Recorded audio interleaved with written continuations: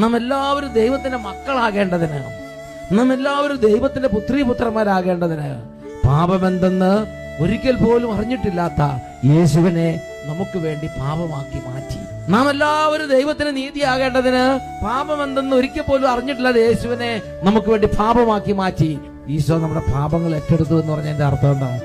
ഈ പാപത്തിന് വേണ്ടി എന്റെ ശരീരത്തിൽ, എന്റെ ജീവിതത്തിൽ, എന്റെ ശരീരത്തിൽ ഞാൻ സഹിക്കേണ്ടിയിരുന്ന മുഴുവൻ പിഴയും കടവും തകർച്ചയും നാശവും മരണവും ഞാൻ സഹിക്കേണ്ടിയിരുന്ന മുഴുവൻ എന്റെ പകരക്കാരനായി ഈ പാപം ഏറ്റെടുത്ത ആരാണോ പകരക്കാരനായി ഏറ്റെടുത്തത് ആ വ്യക്തി സഹിക്കാൻ ബാധ്യസ്ഥനാണ്.